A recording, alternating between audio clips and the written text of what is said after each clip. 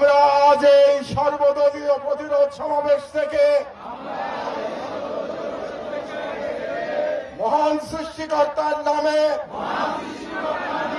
শপথ করছি যে জুলাইয়ের গণ আকাঙ্ক্ষার পক্ষে বাংলাদেশের স্বাধীনতা সার্বভৌমত্বের প্রশ্নে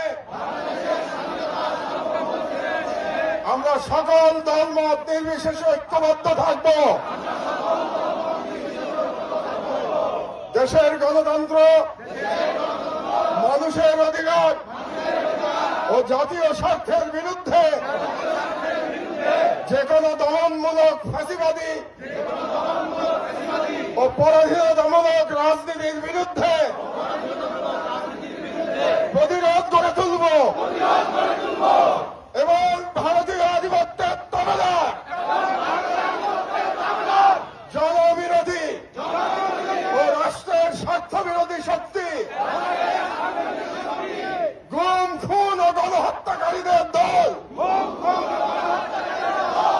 ভারতের মদস্পুষ্ট আওয়ামী লীগ, তাদের সহযোগী, তাদের পক্ষে বয়ান উৎপাদনকারী কালচারাল ফ্যাসিস্ট কাউকে এই বাংলাদেশে অপরাজনীতি করতে দেব না এবং তাদেরকে রাজনীতিতে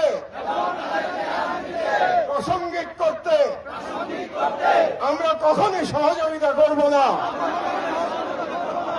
আইনের শাসন, জনতার ক্ষমতা এবং একটি স্বাধীন সার্বভৌম